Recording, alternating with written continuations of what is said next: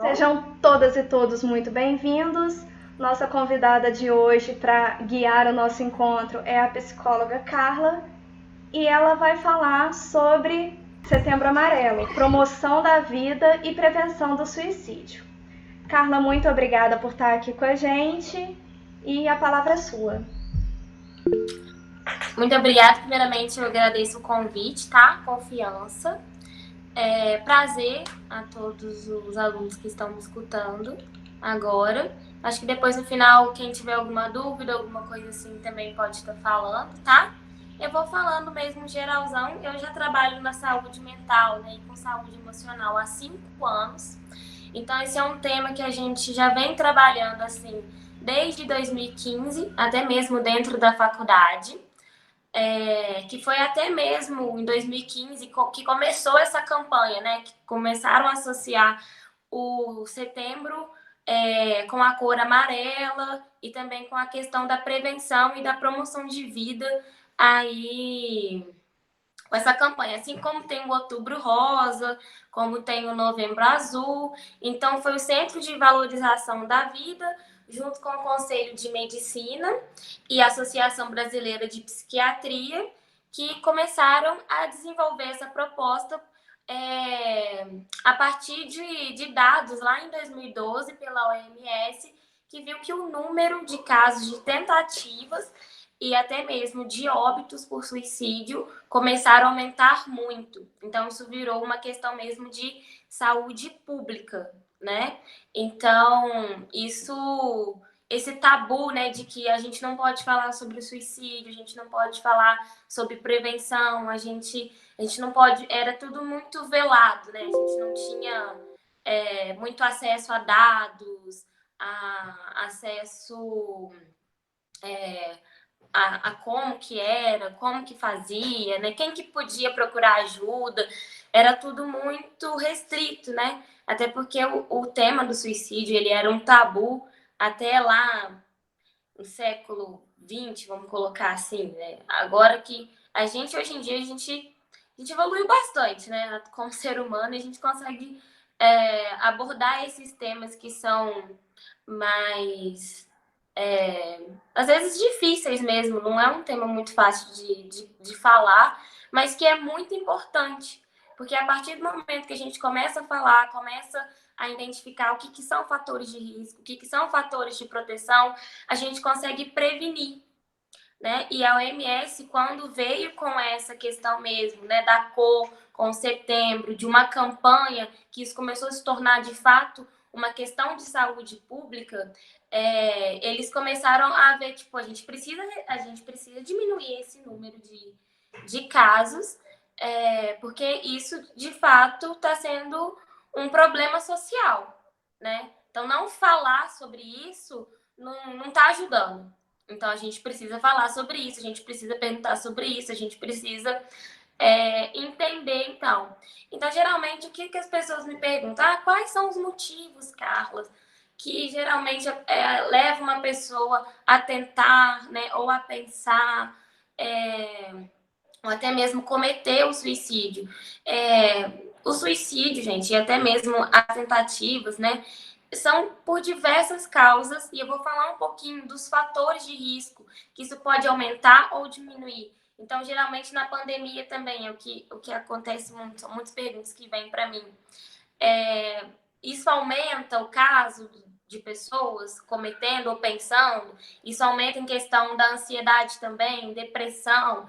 Isso sim, a pandemia, de fato, a gente não pode dizer que ela não é um fator de risco, porque ninguém esperava que ia ficar em casa quase há 7 meses, né? Sem poder fazer nada, sem ter aula direito, ter aula remota, tudo que tem que resolver agora tem que ser resolvido pelo celular. Então, assim, a gente teve que se adaptar muito rápido, né?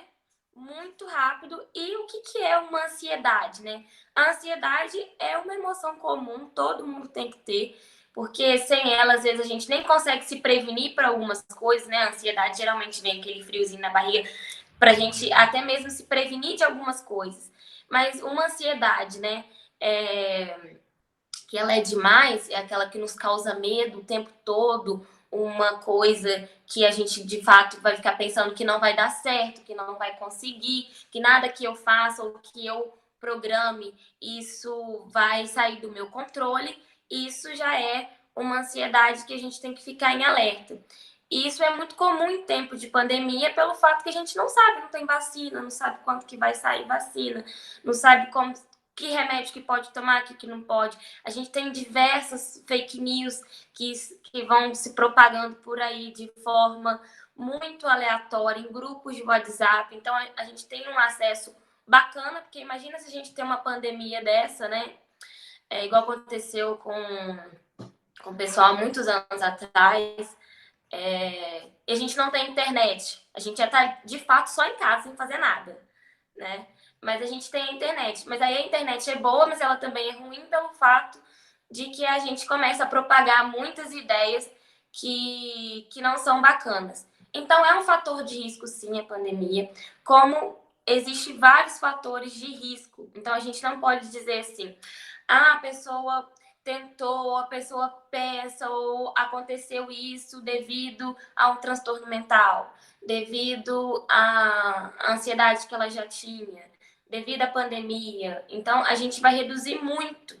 A gente pega uma coisa que, igual eu falei, que é uma questão de saúde pública, uma questão social, uma questão ampla, porque a gente é ser humano, a gente é composto pelo social, pelo biológico e pela mente. Então, não tem como a gente dissociar essas três coisas, né? A gente chama de um ser biopsicossocial. Então, quando a gente trata de suicídio, a gente também fala desses três.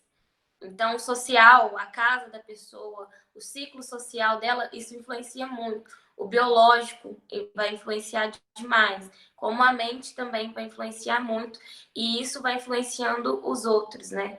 Um vai influenciando a outra coisa. Então, a gente, perante todos esses dados, né, a Organização Mundial da Saúde começou, então, a ter uma atenção para isso lá desde 2012, é onde 2014, 2015 começou essa campanha, e a Organização Mundial até fala que se em cada 10 casos, se a gente consegue identificar esses fatores de risco e começa a entrar com fatores de proteção, a gente consegue aí evitar 9 tentativas. Olha só, é muita coisa. De 10, 9 pessoas a gente conseguir identificar, por mais que a gente não saiba de fato quem que vai cometer, quem que não vai cometer, mas a gente consegue prestar atenção nesse risco, né? Nesses fatores de risco. Então, o que são fatores de risco e fatores de proteção? Os fatores de risco são as condições que aumentam a vulnerabilidade desse sujeito. Igual eu falei, às vezes é uma questão social, às vezes é uma questão familiar, intrafamiliar, às vezes é uma questão extra, às vezes pode ser, né, um bullying na escola, que isso acontece muito. E a gente, quando é jovem, né, a gente já foi jovem um dia aí, eu e a Fernanda, a gente sabe que acontece muito dentro da escola, bullying, né? É o deboche, é o zoar o coleguinha, é apontar características que o coleguinha tem. Só que isso é complicado, porque tem gente que recebe isso e fica tranquilo, não leva isso, não faz efeito na vida da pessoa. E tem gente que não. Só que quem que a gente vai saber que recebeu bem e quem que a gente vai saber que não recebeu bem? Né? A gente não tá na mente da pessoa, a gente não sabe como que a pessoa recebeu. Então, quando a gente trabalha muita questão de empatia, a gente fala, gente, não faz bullying, não zoa as outras pessoas, é mesmo pelo fato de que a gente não sabe como que a pessoa recebeu aquilo. Às vezes, como que tá a situação da pessoa, né? Se às vezes ela tem de fato uma saúde emocional bacana para lidar com isso. Então, o bullying dentro da escola ele é muito perigoso por esse fato, né? A gente não sabe de fato quem consegue lidar com isso bem e quem não consegue lidar. Porque é até uma coisa que me perguntaram também. Tem muita gente que nem mostra, que às vezes está feliz, está do lado, está rindo, e quando vai ver, a pessoa fez a tentativa, né? Exatamente por isso, a gente não sabe o que está passando aqui dentro da cabeça da pessoa, né? Às vezes a gente consegue mostrar para outras pessoas que a gente está bem, mas no final a gente não tá. Então, os fatores de proteção, já que o fator de risco, né, é aqueles que aumentam a vulnerabilidade do sujeito, os fatores de proteção são as condições que vão minimizar esses fatores, né? São as condições que vão proteger a saúde emocional e a saúde mental dessa pessoa que está no momento vulnerável. Então, os fatores de risco, às vezes, são histórias, né, antigas de tentativas, a pessoa já tentou várias vezes, né? A autoagressão, que a gente chama de automutilação, que às vezes é feito no braço, é feito na perna ou em lugares escondidos do corpo, né? O histórico de transtorno mental, que não é um fator decisivo, igual eu falei, a gente não pode dizer que é um fator preponderante. Então, tipo assim, todas as pessoas que têm uma ansiedade, que têm um transtorno mental, uma depressão, uma bipolaridade, uma esquizofrenia, vão tentar. Não, a gente não pode dizer isso. É um fator de risco. Isso vai aumentar. É igual a mesma coisa de fumar cigarro. Tem gente que vai ter câncer de pulmão, mas se eu fumo cigarro, a minha probabilidade ela é maior, né? Então, são questões mais de probabilidade. O bullying, como eu já falei, né, dentro e fora, né? Acho que o bullying é uma coisa muito dentro da escola, mas também quando você vai sair com seus amigos, às vezes ter amizades que não estão te acrescentando. A pessoa só te joga para baixo, a pessoa não fala uma coisa positiva de você, né? Então é importante a gente rever nossas amizades, né? Porque uma pessoa que o tempo todo tá olhando o seu defeito, tá te prejudicando, é importante a gente ver esse ciclo social. Situação anterior de violência, né? Hoje em dia até se tem dados, são poucos, né? Porque ainda não eles não conseguiram ainda, a OMS, ter dados de violência dentro da pandemia, né? De violências, dizem que a violência, né? Ela aumentou dentro da casa das pessoas, até mesmo a violência contra a mulher, que isso já existe, isso é um problema muito, muito grave, e isso aumentou dentro da pandemia. Então, às vezes, situação, a pessoa presencia muito isso dentro de casa. Às vezes, também isso é uma violência que já é com ela. Ou então, violência extra, né? Que às vezes é com os amigos, né? Ou não é amigo, né? Às vezes são pessoas mesmo que são de fora e que fazem essa violência. E violência, gente, não é violência física apenas. Violência psicológica também é violência, né? Então, por isso que o bullying é uma coisa muito grave. Ele se caracteriza como violência psicológica, né? É uma violência emocional muito grande. E a gente tem que tomar cuidado com isso. Então, é sempre importante a gente ter mesmo empatia, né? Será que eu gosto? É só pensar, será que eu gostaria que fizesse isso comigo? Se a resposta for não, então não faça. História de abuso sexual também, suicídio dentro da família são fatores de risco que eu tô falando, tá? Baixa autoestima é aquela pessoa que sempre dela tudo muito negativo. Tudo que você vai falar com ela, tudo que ela vai falar, é uma pessoa que às vezes não tem esperança para nada. Nada tá bom, nada ela consegue, nada vai dar certo. Ela acha que ela é um peso para outras pessoas, ela acha que tudo dela é ruim. Às vezes ela tá bonita, tá arrumada, você chega, nossa, fulano, você tá tão bonita. A pessoa fala, ah, não, acho que não é bem assim, né? Então a autoestima dessa pessoa é muito baixa, tudo muito, muito para baixo. O uso de álcool e outras drogas, que também hoje em dia tratado como transtorno mental, né? O uso abusivo de álcool e outras drogas. Pessoas que fazem desse uso um uso prejudicial à saúde, né? Que causa risco para ele e para outras pessoas também que estão à sua volta. Então, isso é um dado também muito preocupante. Populações que estão mais vulneráveis, né? Que são populações LGBTQI indígenas, negros, né, por uma situação de pressões sociais que isso vem de décadas, né? Isso vem da história, lá de trás, que é uma discriminação mesmo, tanto da raça como da opção das pessoas, e isso é um fator de risco também, tá? Para essa população que está mais vulnerável aí, né? Então é importante a gente ficar alerta com esses sinais, né? Preocupação com a própria morte o tempo todo. A pessoa tem 15 anos, está preocupada com a morte, né?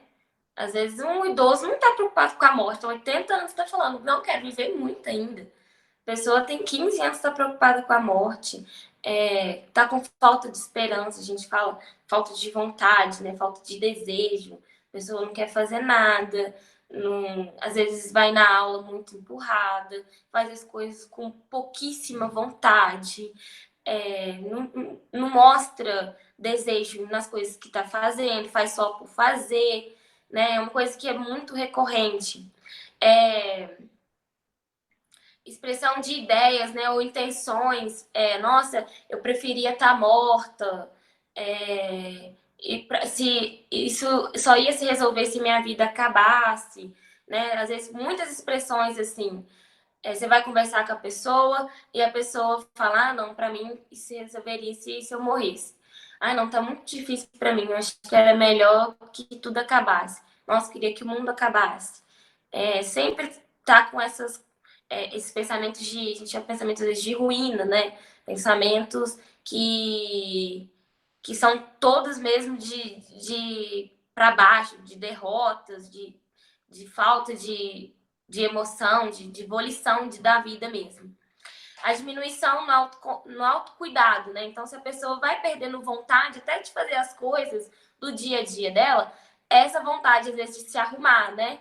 Então, para as meninas, que é arrumar um cabelo, fazer uma unha, passar um batom, a pessoa fazia isso e, às vezes, com o tempo, isso foi se perdendo. Ela, que não é uma coisa também que é uma de hora para outra. Hoje eu acordei e não vou me arrumar, não vou fazer nada, e a partir de hoje não vou fazer mais nada disso. Não é assim, né? Essas coisas vão indo devagar. Por isso que são sinais, né? Que são fatores, são coisas sutis mesmo, né? A pessoa, às vezes, não tá indo na aula frequentemente. Na pandemia, agora que isso é mais difícil, né? Mas a pessoa não tá participando das atividades que tem, né? Todas as atividades ela não quer participar, ela é muito ausente, ela conversava às vezes com um ciclo de amigo ou com uma pessoa e nem com essa pessoa ela conversa mais. Aí ela começa a não olhar muito para a aparência, porque se ela não está tendo vontade de fazer muita coisa, a aparência dela é o de menos. Então ela para de se cuidar, né? Para os meninos aí, às vezes parar de cortar o cabelo, né? Às vezes parar de cortar a unha, não se cuidar mesmo, ver que a pessoa tá com uma aparência mais prejudicada, né? Mas isso vai, como eu falei, isso vai sendo aos poucos, né? Mudança na alimentação e no sono. Às vezes a pessoa vai emagrecer muito em questão de tempo curto ou vai engordar demais, porque cada organismo funciona de uma forma. Então tem gente que vai ficar sem comer, tem gente que não, tem gente que vai comer muito. Ou sono, às vezes a pessoa vai ficar o tempo todo no quarto dormindo sem fazer nada. Mas isso que eu falo, gente, não é um dia que eu tô cansada, tá? São coisas que são frequentes. São coisas durante 7 dias da semana, essa pessoa tá 4 dias dentro do quarto. Tá um calor de 33 graus lá fora. O que tá acontecendo? Entendeu? Essas coisas. Ou então tá muito agitado, tá muito acelerado, não dá conta de fazer nada, não dá conta de fazer uma atividade, não se senta para fazer alguma coisa, tá pensando em 10 coisas para fazer. Isso também é um sinal que a gente tem que ficar alerta. No humor mesmo da pessoa, que às vezes muda muito rápido. Não é aquela mudança de humor, gente, que a gente acordou feliz de manhã e aconteceu alguma coisa durante o dia, eu fiquei triste, tá? Não é isso. A mudança de humor, geralmente, ela segue um tempo. A gente coloca aí, até mesmo no DSM, uns 15 dias que a pessoa está no humor muito para baixo. Ela está muito mal, tudo dela é muito mal. Ou então, ela está muito acelerada. Ela está super acelerada. Ela não consegue, de fato, dar conta de nada. E nesses 2 picos, ela não consegue dar conta de nada. Porque se eu estou muito para baixo, eu estou desanimada de fazer as coisas. Se eu estou muito acelerada, eu não dou conta porque eu quero fazer 1000 atividades em 1 minuto só. A diminuição do rendimento, tanto escolar como às vezes do trabalho, né? Tem gente que faz jovem aprendiz, tem gente que ajuda a mãe dentro de casa ou um familiar, né? Às vezes esse rendimento ele começa a diminuir também, né? E a pessoa para de dar conta dessas coisas. A mudança no vestuário, né? Ainda mais quando se trata de autoagressão, de automutilação, né? Que é pessoas que infringem mesmo o próprio corpo para sentir dor. Uma relutância, às vezes, nas atividades físicas, ou tá muito calor, se a pessoa tá de manhã, tô em calça comprida. Esses são fatores que a gente precisa, coisas. A gente consegue fazer o quê? Começar a promover fatores de proteção. Então, quando a gente identificar essas coisas num amigo próximo, num familiar, ou em uma pessoa da escola, alguma coisa assim, que está próxima da gente, a gente perguntar. Ou essa pessoa que está passando por essa situação, ela se sentia à vontade para chegar para alguém de confiança, às vezes um professor de confiança, às vezes uma mãe de um amigo de confiança, às vezes, Carla, dentro da minha casa eu não tenho oportunidade, eu não tenho liberdade de falar desses assuntos, né? Então é chegar para uma pessoa ou para um amigo que você confie e que vai te ajudar nessa situação, ou se você é um amigo que está vendo que essa pessoa está passando por essa situação, você chegar e perguntar, não perguntar assim, o que será que fulano tá? Não, é perguntar mesmo com uma questão mesmo de empatia. Ô fulano, você tá precisando de ajuda? Tá acontecendo alguma coisa? Que aí a gente consegue começar a fazer esses fatores de proteção, né? Porque quando eu ofereço ajuda, né? Eu ofereço cuidado, eu também estou oferecendo, olha, você pode contar, você pode ter confiança, né? O seu problema não é à toa, isso não é uma frescura, isso não é também só falar, isso vai passar e não fazer nada para passar, gente. Também não adianta falar que vai passar, né? Vim com resposta muito pronta. Mas você é tão bonita. Porque você tem tudo. Porque você parece tão feliz. O que aconteceu? Né? É ouvir, mas é um ouvir diferente, tá? Ter uma boa capacidade de adaptação, igual eu falei lá no início, né? Que às vezes tem gente que não vai ter essa boa capacidade de adaptação com as coisas. Porque problema na nossa vida, gente, a gente sempre vai ter e vai ter muitos, né? E é importante a gente ter um equilíbrio na saúde mental e na saúde emocional, até para a gente conseguir se adaptar nessas coisas. E são fatores de proteção. Conseguir solucionar problemas, né? Porque a pessoa que está pensando em tirar a própria vida acha que a única solução para o problema dela é se de fato essa vida acabar, né? Então, encontrar dentro desse problema outras formas de resolver, não sendo essa forma a única forma de resolução do problema. Ter habilidade para se comunicar. Tem gente que é muito tímida, eu entendo isso é de personalidade, mas às vezes tem sempre uma pessoa que você conversa, tem sempre uma pessoa que você tem um pouquinho mais de intimidade, que você consegue falar o que você está sentindo. Fala, nossa, fulano, não tô bem hoje, tô mal, parece que essa semana assim, foi muito ruim, parece que eu tô vivendo isso já tem um tempão, eu não tô conseguindo controlar, né? Então, assim, a gente também conseguir comunicar o que a gente está sentindo. Porque às vezes isso acontece muito, ainda mais no dia a dia de hoje, é achar que a gente tem que estar feliz o tempo inteiro. Gente, a gente não vai estar feliz o tempo todo. A gente vai estar triste às vezes. Porque a nossa vida é repleta de altos e baixos. Por isso que a capacidade de solucionar problemas e de adaptação, ela tem que estar no nosso dia a dia. Entendeu? Porque senão, de fato, eu vou achar que tudo é o fim do mundo. Então, é a capacidade de pedir ajuda. Porque é igual eu falo, quando a gente que trabalha em saúde mental, a gente sempre fala, gente, a gente que é ser humano, a gente não dá conta de viver sozinho em sociedade. Não dá. A gente precisa de amigos, a gente precisa de família, a gente precisa de cuidar, a gente precisa de ser amado e amar o outro, né? Porque esses bons relacionamentos, essa rede de atenção que a gente fala, que vão fazer que a gente tenha laços, fazer com que a gente tenha experimentar, né, prazer na vida, experimentar motivo, né, ter motivos de viver, né, porque se de fato eu vivo sozinha e se de fato tudo para mim é ruim, eu não encontro motivos para estar vivendo, né, para estar na vida de outra forma. Participar de atividades coletivas, né, igual o projeto que a professora de vocês fez, que é um projeto que eu achei muito bacana, muito legal, de vocês até mesmo dentro da pandemia tá interagindo. Porque é exatamente isso. A gente está separado fisicamente, mas a gente não tem que estar separado. Hoje em dia a gente tem a tecnologia ao nosso favor, né?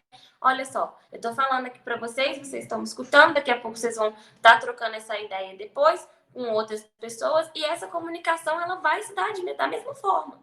Então, até mesmo dentro da pandemia, quando a gente não tem um vínculo físico, a gente não pode perder esse vínculo social, esse laço social. Então, é um projeto super bacana, né? Que faz com que a gente consiga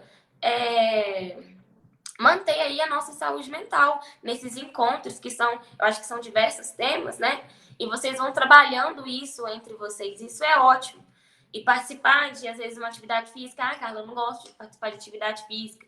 Ah, às vezes tem uma coisa que você gosta, é jogar videogame.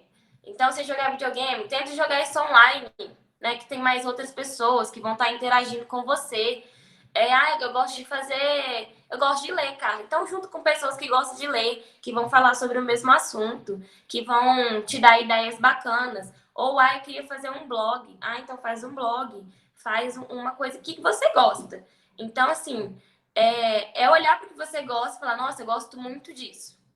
Então, se dedica nisso. Acha outras pessoas em comum que gostam disso também e troca assunto. Gente, o que não falta é assunto. Ainda mais vocês, jovens, vocês adoram falar. Eu também gosto muito de falar. Estar empregado também, ter acesso, né, ao cuidado, como eu falei, que é uma questão de saúde pública. Hoje em dia nós temos os centros de valorização da vida, mas a gente também tem ambulatórios espalhados por toda Juiz de Fora. Inclusive, eu também atendo num ambulatório aqui no bairro Piranga, que é o bairro onde eu moro, que são atendimentos sociais para as pessoas que não têm, de fato, condições de pagar um atendimento particular. Né? Então, hoje em dia, a gente tem muito acesso, a gente tem muito com que procurar ajuda. Então, se você está passando por uma situação assim, ou se você viu uma pessoa passando por uma situação assim, você fala, olha, tem um centro de valorização da vida, eu conheço uma pessoa que faz um trabalho social, participa da gente com uma aula lá, com a professora. E isso a gente promove vida, gente, o tempo inteiro, né? E procurar, se você está vendo que de fato não está dando conta, procurar uma ajuda profissional, gente. Porque os profissionais de fato estão aí para ajudar, né? O meu papel como psicóloga é ajudar pessoas que estão nesse momento de vulnerabilidade, né? Que eu chamo, que é o momento que às vezes a pessoa não consegue ver de fato o que está ali na frente dela. Mas eu estou ali como profissional, com uma escuta qualificada para esse momento. Né? Porque às vezes a gente acha que é o conselho também, né? Às vezes que qualquer ajuda também não é muito bem ajuda. Um conselho também que a gente vai dar que não vai adiantar muita coisa. Então, não é só conselho, é mesmo escutar e ver dentro daquela situação ali o que pode ser feito. Então, a educação, igual eu falei, as estratégias de prevenção e educação, ela é ótima por isso. Olha que bacana que vocês já aprenderam quantos fatores de risco e como você pode ajudar uma pessoa que está passando por esse momento. Ou se você está passando por essa situação, como você já pode buscar ajuda, aonde pode buscar ajuda. Então, a educação, gente, ela é primordial para muitas coisas da nossa vida, né? Estudar é chato, às vezes mas ele abre portas pra gente, abre caminhos pra gente que a gente não consegue nem mensurar, sabe? Então é muito importante mesmo estar envolvido com a escola, com os projetos da escola, com aprender mais mesmo, gente. A única coisa que não pode tirar da gente é o nosso conhecimento. Uma coisa que a gente não perde na vida. O que você aprendeu, você não perde. Olha só. Isso é ótimo. Então, a única coisa que não tira da gente é a educação, né? Então, a educação, ela muda o mundo. E por isso que o tema, hoje em dia, ele é mais voltado mesmo para uma educação, uma pedagogia mesmo, um ensinamento de como que a gente vai saber lidar nessas adversidades. E falar sobre o assunto, né? Não como forma, ai, nossa, fulano, é aquela coisa muito afastada, muito tabu, muito, nossa, errado, nossa, né? Tem religião que vai falar que é pecado, e não é isso, que é a falta de Deus, e não é isso. A gente tem que quebrar esse tabu, a gente tem que quebrar, romper com essas coisas, né? Porque, de fato, a gente precisa esclarecer, a gente tem que se conscientizar de que isso é um assunto grave, e que isso não é para chamar atenção, e que isso não é falta de Deus, e que isso não é falta de ser feliz, que isso não é falta de cuidado, né? Então, pensar que às vezes as pessoas falam, quem quer se matar não avisa, né? Avisa sim, olha quantas formas eu já alertei aqui vocês que a pessoa avisa, né? Ela avisa em sumiços, ela avisa em forma de brincadeira. Toda vez ela vai brincar com o assunto de morte, gente. Pensar um pouquinho, né? Tudo termina em morrer, em morte, em pensamentos de automutilação e autossabotagem, né? Em forma de meme, que hoje em dia tudo é meme, né? Todo mundo gosta de fazer uma zoação. Então, assim, às vezes ela avisou em forma de postagem no Instagram, no Twitter, né? No Facebook, em letras de música, que isso é muito comum também, né? Ou tá com, às vezes constantes pensamentos, né? Eu preferi estar morto. Eu não posso fazer nada para mudar a minha situação, nada que eu faça vai mudar a minha situação. Eu não aguento mais. Eu sou um perdedor. Eu sou um peso para as outras pessoas, achar que sempre é um peso para as pessoas, que tudo que a pessoa vai fazer para você vai ser muito, vai ser demais. As pessoas vão ser felizes sem mim. Sempre pensando nessas coisas, né? E é sempre a gente pensar, quando a gente for oferecer ajuda, pensar que não é drama. Então, o que a gente, com isso tudo, né, que eu já estou encerrando aqui, o que a gente pode fazer? Né? Como que a gente vai fazer? Primeiro, se você está vendo uma situação dessa, você pergunta, né? Você oferece uma ajuda, igual eu falei, não é aquela ajuda de desmerecimento, né? De meio que achar que o que a pessoa está passando é bobeira, né? Ou que aquela situação é comum. A gente não sabe, a gente não está sentindo o que a pessoa está sentindo. Então, primeiro é perguntar, mas é perguntar com uma questão mesmo, com caráter mesmo de ajuda, de como eu posso ajudar. Ou se você não quiser falar para mim, você confia em alguém? Você quer que eu vou com você nesse alguém que você consegue falar, que você consegue se abrir, né? Igual eu falei, às vezes é uma mãe de um amigo seu, de um melhor amigo, ou de uma pessoa que você sempre vai na casa dessa pessoa, ou uma pessoa que você sempre tem contato, né? É escutar. Então, assim, você escutar e escutar dessa forma, né? Não escutar como desdenhando mesmo o sofrimento do outro ali. E procurar ajuda. Se você é que está nessa situação, é importante você procurar pessoas que vão te ajudar, né? Que de fato vão te escutar sem fazer julgamentos prévios, né?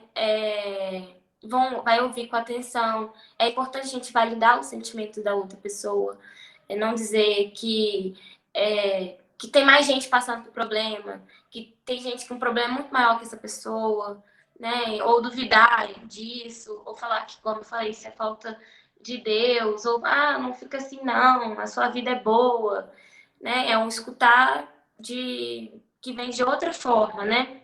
Auxiliar essa pessoa a buscar ajuda. Se você é um amigo e esse amigo te procurou, gente, não fala que não vai contar pra ninguém, não. A gente vai manter um segredo, a gente não vai contar isso pra ninguém. É preciso pedir ajuda. Se você, que é um amigo, de fato não vai conseguir, às vezes, escutar isso, porque é um assunto que é complicado, então procura alguém de confiança de vocês dois, que vocês conseguem contar isso pra alguém que vai ajudar, né? Então, é isso, gente. E dentro da pandemia, é igual eu falei, como que a gente vai manter a nossa saúde mental aí? A ideia é que mesmo com esse distanciamento físico, a gente permaneça conectado. Porque a gente consegue fazer isso, a gente está fazendo isso agora. Conectado com famílias, conectado com amigos e aprendendo a identificar esses sinais de alerta aí. Né? Esses sinais para a gente começar a fazer esses fatores mesmo de proteção, né? E tem um apoio ao Centro de Valorização da Vida, que o site ele é www.cvv.org.br e também tem um número que você pode estar ligando para lá, que é 188, tá? Aí é só você ligar também, que tem uma central lá para pessoas, né? Que eles vão conversar com você, vão perguntar o que está acontecendo e vão te auxiliar nesse processo aí, que às vezes é uma coisa que vem muito forte, né? A gente não consegue controlar naquela hora ali. Então, tem o Centro de Valorização da Vida, que você pode tanto entrar no site como você pode ligar. E também, se você for de Juiz de Fora, você tem vários ambulatórios. Depois eu vou até passar para a Fernanda aonde são os ambulatórios, tá? Porque de cabeça eu não sei o número de todos. E aí, se alguém quiser ou souber de alguém que está precisando fazer terapia, às vezes nesse momento de pandemia, e às vezes não tem condição de pagar uma terapia particular, é só procurar esses ambulatórios e se inscrever lá, que assim que tem uma vaga, eles chamam a pessoa. Bom, gente, alguma dúvida, alguma coisa, agora eu estou à disposição. Falei muito. Alguém tem? Oi, Carla. Adorei a explanação. Fiquei com medo porque eu falo assim, meu Deus do céu, tem tanta gente que eu conheço que às vezes precisa de um socorro, de um sacode, o que é que eu faço, né? E eu tenho várias dúvidas aqui, mas eu queria saber se algum participante aí quer falar alguma coisa, quer perguntar primeiro. Sim. Eu queria, Fernanda, posso? Claro, por favor. Boa tarde, Carla. Meu nome é Tânia. Eu sou professora de educação física e a gente repara muito lá na escola, meninos se cortando, meninos que não tiram a blusa na atividade física. E aí eu queria perguntar para você o que você não recomenda a gente fazer vendo essas situações. Porque você falou pra gente aí os fatores de risco, né? Todas essas pessoas, elas podem chegar ao extremo do suicídio. Se a gente vê o que a gente não deve fazer em relação a essas pessoas. Roubou uma das minhas perguntas.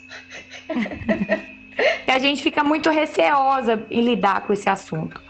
A gente sabe que a gente deve lidar, mas a gente não sabe como, entendeu? O que não fazer? Às vezes a pessoa tá lá, né? A Tânia é professora de educação física. Você tá vendo que aquele aluno, ele sempre na educação física, ele tá de moletom e não tá frio, alguma coisa, né, de errado tá acontecendo. Então, às vezes, não é repreender esse menino no meio de todo mundo. Ô, fulano, tira essa blusa. O que foi? Tô com vergonha. Né? Não fazer isso. Às vezes é chegar mesmo num canto, uma coisa particular, e falar, ô, fulano, eu já tô vendo aqui que já são a terceira aula sua que você vem de moletom. E tá calor. Você não participa das atividades físicas. Tá acontecendo alguma coisa? Você quer falar sobre isso? Porque eu tô achando estranho, né? Você não é de fazer isso. O que tá acontecendo? É oferecer ajuda, entendeu? E isso é oferecer ajuda mesmo. É importante que isso seja mais particular, tá? Para a pessoa não ficar constrangida e para a pessoa não se fechar mais ainda, né? Então, às vezes é no final daquela aula você chegar para essa pessoa e falar assim, fulano, deixa eu conversar com você rapidinho, entendeu? E mostrar que você tá ali e que você tá aberta. Às vezes ele não vai falar naquele momento, às vezes ele não confia em você, às vezes não tá preparado para falar naquele momento. Mas você já mostrando que você tá preocupado, que você reparou isso nele, que você tá em alerta, a pessoa já sabe. Se acontecer de novo, aí eu tenho a Tânia me perguntou, né? Então, eu acho que ela vai conseguir entender melhor o que eu tô passando. Então, de fato, pro jovem, né? Saber com quem ele pode confiar, com quem ele pode contar. É você mostrar mesmo que você se importa com aquela dor, né? Que isso não é, de fato, uma frescura. E, às vezes, é fazer isso mesmo no particular, fazer isso muito em público, né? Para todo mundo ver, que isso gera mais constrangimento, mais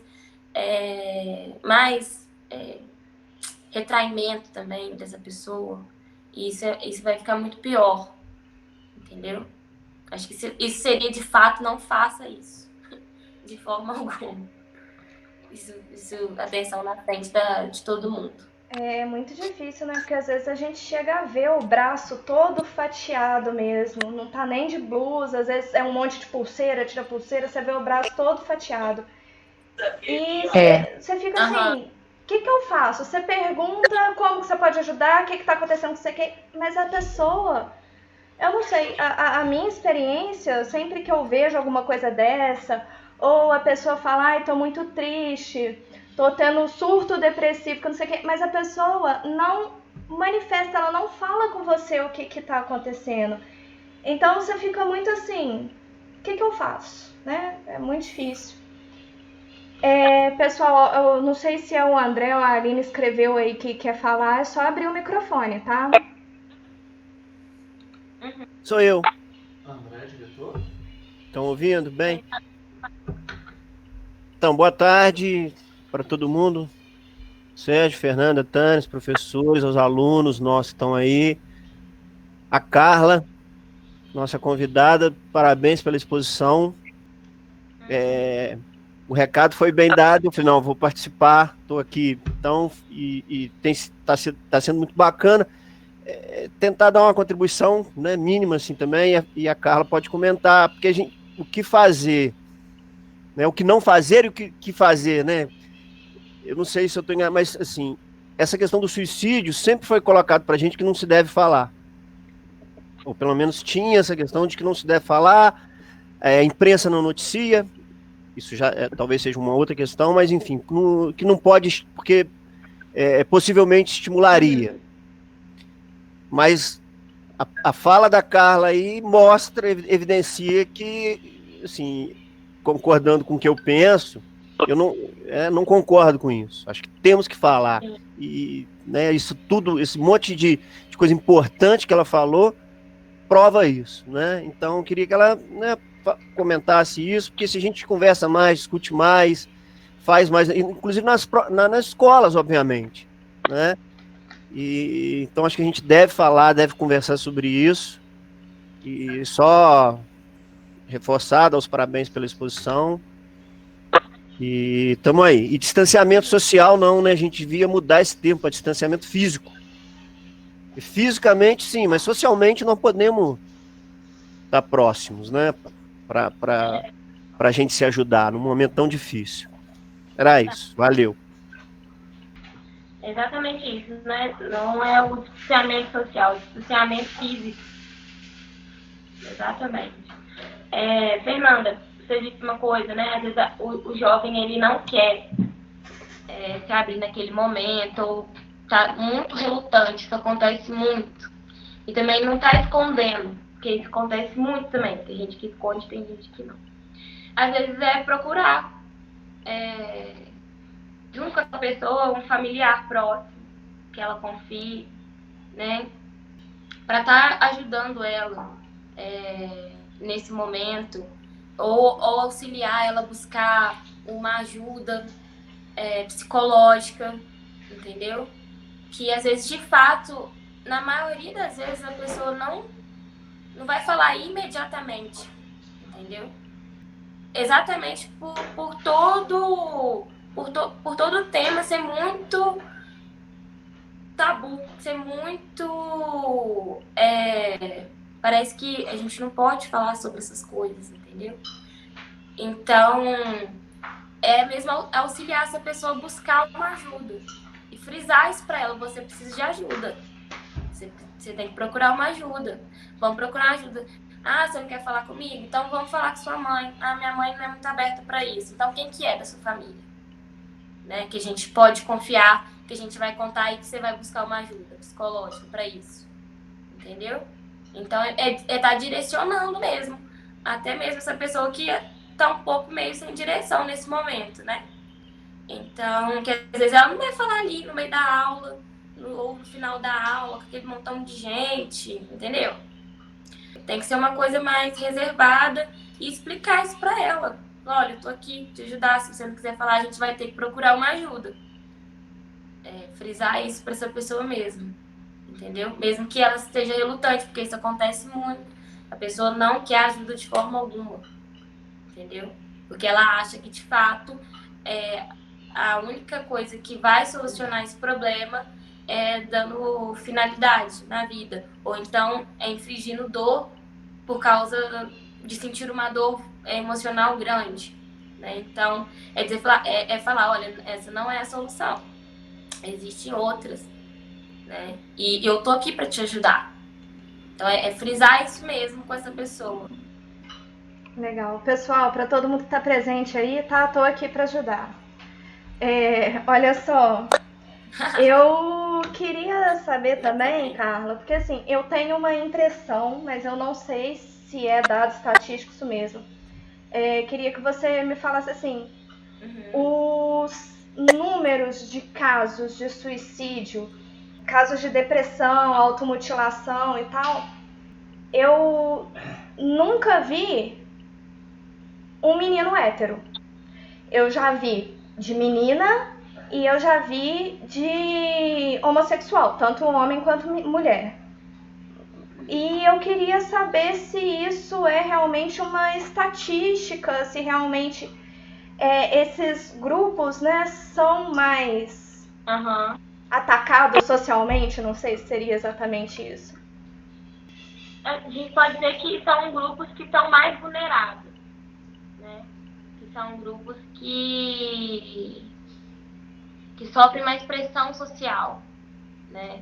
Eles não têm liberdade, ainda mais LGBT. São recriminados o tempo inteiro.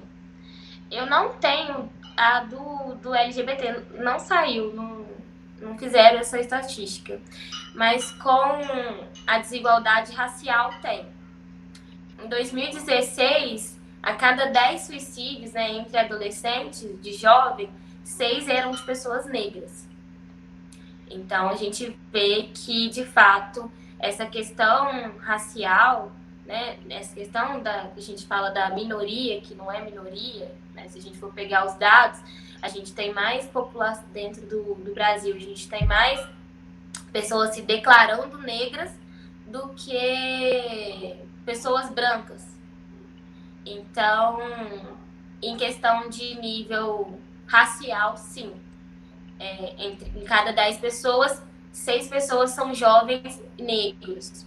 E se a gente for falar em homem e mulher, mas isso eu também só tenho na estatística da população em geral, que adolescentes de 10 a 19 anos negros, aí a gente está falando de homem, apresentam um risco de 67% maior de suicídio. Homens conseguem efetuar, né, de forma... Eles conseguem mais, né? As mulheres tentam mais e os homens, eles são mais efetivos. Entendeu? Os homens não tem muitas tentativas de homem. Geralmente, quando o homem ele tenta, ele geralmente finaliza, ele consegue. Agora, mulheres são muito mais tentativas. Existem mais tentativas entre mulheres. Vou ler uma pergunta para você, de aluna. É a Nicole. Ela escreveu assim: eu tenho uma dúvida, ou melhor, preciso de uma orientação. Eu convivo com uma pessoa que tem alguns problemas psicológicos. É muito difícil lidar com a bipolaridade dela. Que hoje ela está bem, mas aí pode mudar o humor no dia seguinte, semana ou até mês. Mas aí a pessoa quer se isolar ou é agressiva. O que eu devo fazer? Continuar insistindo ou dar um espaço para a pessoa? Igual eu falei, né? A questão da bipolaridade não é humor que ele muda o tempo todo no dia. E sim mesmo, às vezes semanas, vai demorar meses. Tem gente que demora meses, que tá no mesmo humor. A gente chama um humor mais baixo ou um humor muito alto. Você já mostrou, né, Nicole, que você tá ali, que você... se essa pessoa precisar de ajuda ou de alguma coisa, você já disse para ela isso, né? Então, essa pessoa faz tratamento? É importante saber. Sim? Tá. Psicológico, psiquiátrico, ela toma remédio? Que às vezes é isso. Porque às vezes também, se a pessoa tá tomando medicação e se ela tá fazendo terapia e esses ciclos eles não mudam, é importante reavaliar até essa medicação da pessoa, né? Às vezes você orientar essa pessoa a falar isso na consulta, entendeu? Porque não é bacana, e nem para ela quanto para você, tá em constante mudança de humor o tempo todo. Isso é horrível. Então, às vezes é uma mudança, uma troca de medicação, às vezes não tem que pintar essa medicação ela vai perdendo o efeito que ela tem. Às vezes tem que alterar a dosagem dessa medicação, entendeu? Ou às vezes ela, não sei como que é a rotina frequente dela com a terapia. E você que tá aí nessa situação, né, que tá nesse meio, deixar em aberto mesmo. Quando ela quiser conversar, você conversa. Se ela quiser ficar mais retraída naquele momento, não insistir tanto, entendeu? Mas falar, é importante falar, deixar claro, igual eu falei com a Fernanda, né? Deixar isso claro para a pessoa que você tá ali, que você pode ajudar. Mas seria importante essa pessoa dar uma avaliada de novo, às vezes nessa medicação, porque mudança de troca de humor o tempo todo não deve ser fácil nem para ela, de fato. Oi, Carla, tudo bom? Meu nome é Sérgio e eu trabalho junto com a Fernanda aí no projeto Adaptar-se. Quero aproveitar e agradecer a sua participação. A dúvida é, por exemplo, quando a gente convive com alguém, né, igual a Nicole relatou aí uma situação, eu já convivo com uma realidade um pouco mais extrema, né, uma pessoa que já meteu tentativas de suicídio várias vezes, de formas diferentes, já sofreu internação psiquiátrica e já tentou acompanhamento com diversos médicos, né? E parece que nunca dá certo, que é uma coisa que fica meio estagnada. E você falou um pouco dessa escuta qualificada. Então, a dúvida que eu tenho é a seguinte: quando uma pessoa ela já atinge um determinado extremo, em que as ajudas profissionais parece, né, que não deram muito sucesso, que alternativa essa pessoa tem? Né? Para você ter uma ideia, até o Centro de Valorização da Vida ela tentou. E também não parece que não auxiliou muito, sabe? Foi um dia que ela estava bem assim estressada e aí ligou para lá, conversou, mas parece que se sentiu pior, não sei. E aí eu fico assim um pouco na berlinda, né? O que a gente pode fazer quando é um caso muito extremo, em que a pessoa já tem esse histórico, ela não tem, assim, digamos, um suporte familiar, igual você falou assim, procura alguém da família, mas a pessoa é muito sozinha na família. E aí, assim, que tipo de suporte talvez a gente possa fazer? E aí uma segunda parte da pergunta seria, é possível uma pessoa que tem uma depressão profunda não compreender o motivo dela estar daquele jeito? Porque você fala pra gente escutar muito a pessoa, mas às vezes nem a pessoa sabe explicar o que está acontecendo com ela. Isso é comum? Acontece? O motivo mesmo, né, de eu falar que é importante a gente escutar o outro, é mais porque se ele buscou aquela ajuda ali, ele confiou, né? Então, é uma escuta para um direcionamento posterior, né? Um direcionamento para uma ajuda profissional. Quando você fala que ela já passou por diversas ajudas profissionais, aí você fala que o vínculo dela afetivo é prejudicado, infelizmente o trabalho profissional, né, ele não é feito sozinho. A gente precisa de fato que essa pessoa tenha outros vínculos, entendeu? Que façam essa proteção com ela, entendeu? Porque o profissional de fato sozinho, que é o que eu falei lá no começo, a gente está inserido no social. O social ele pesa muito.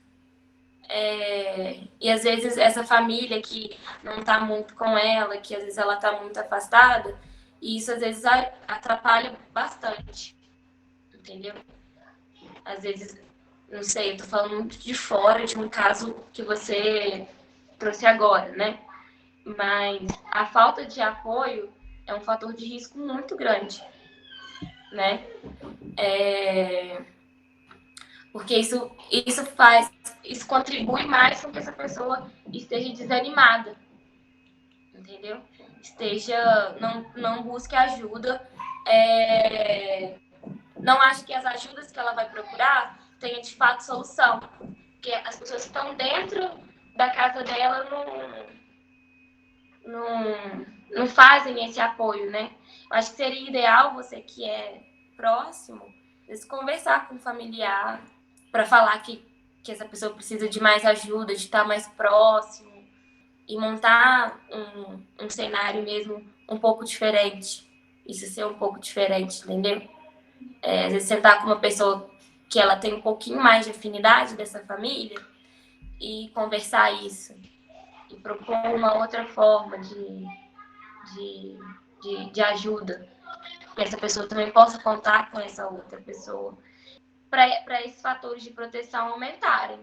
E a ajuda profissional, assim, de fato, precisa ter vínculos de outras pessoas. Ainda mais quando é caso muito extremo, assim. Quando o caso ele é muito grave, precisa de mais gente nessa questão. O profissional fica muito sozinho também. Porque o profissional está ali naquele momento. Só que nos outros dias da semana, eu atendo uma vez na semana a pessoa. E os outros 6 dias que ela está em casa, ela está com essa pessoa, entendeu? Está com essa família, ela está com esse amigo, entendeu? Você está entendendo o que eu estou falando? O profissional, ele está ajudando, mas ele tá ali naquele momento. X, que vai auxiliar ela ali na questão da vulnerabilidade, como que ela vai poder enfrentar aquilo naquele momento durante a vida, como que ela pode fazer. Só que dentro de casa, que é onde ela passa a maior parte do tempo, não tem. Aí isso fica muito desigual, né? É porque me veio uma dúvida muito grande agora, que você tá falando de tipo... você contar para um membro da família que aquela pessoa tá precisando de ajuda, de atenção e tal. Não tem risco dessa pessoa ficar magoada com você? Tipo assim, pô, como é que você fala isso pra sei lá quem? Então, por isso que é importante você perguntar a ela, uma pessoa que ela, de fato, confia nessa família, entendeu? E que você pode estar falando. Você vai estar avisando a pessoa que você vai falar, né? Não é uma coisa que vai ser feita escondida. Porque aí mesmo se ela for, né, ficar muito relutante, não quero, ela vai ficar com raiva. Tem jeito, ela vai ficar com raiva naquele momento, mas se isso for em questão, né, posterior, para uma ajuda muito maior para ela vai entender depois.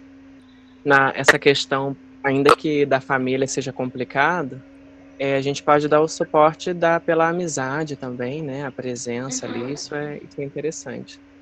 E a segunda parte da pergunta era se as pessoas que geralmente sofrem muito a ponto de pensar, né, de que se livrar da vida seja mais fácil, se é normal ou comum que elas passem por isso sem conseguir compreender ou conseguir externar o que está acontecendo com elas. Uhum. Não. Sim, não. Sim, não.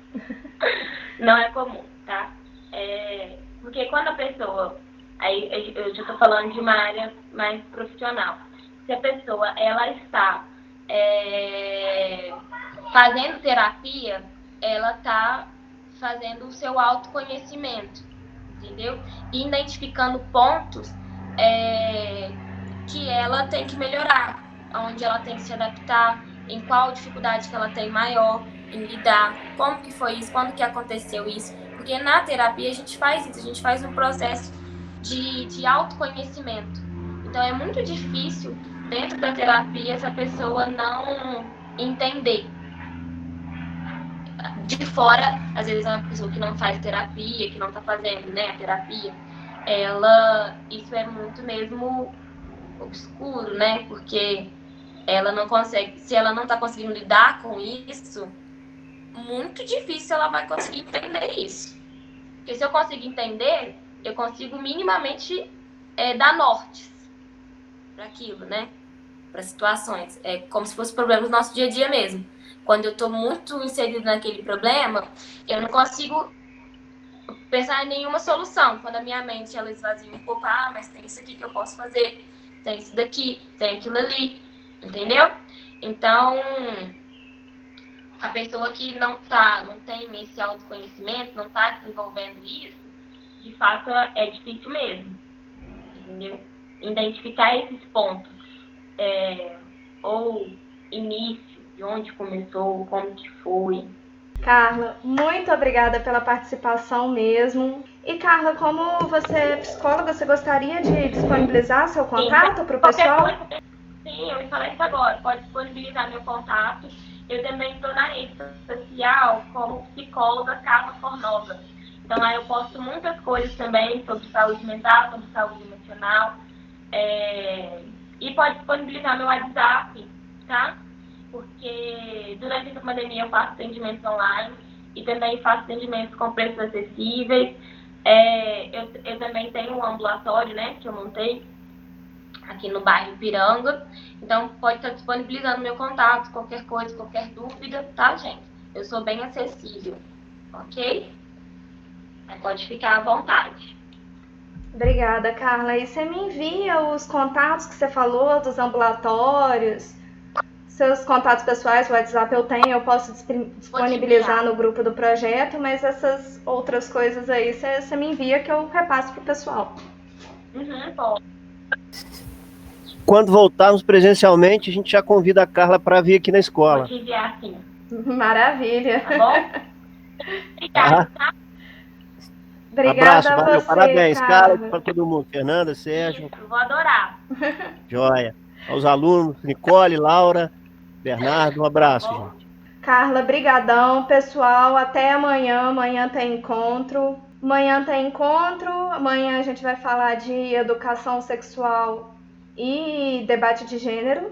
Acho que vai ser bem legal. Conto com vocês. Então é isso. Um abraço para todo mundo.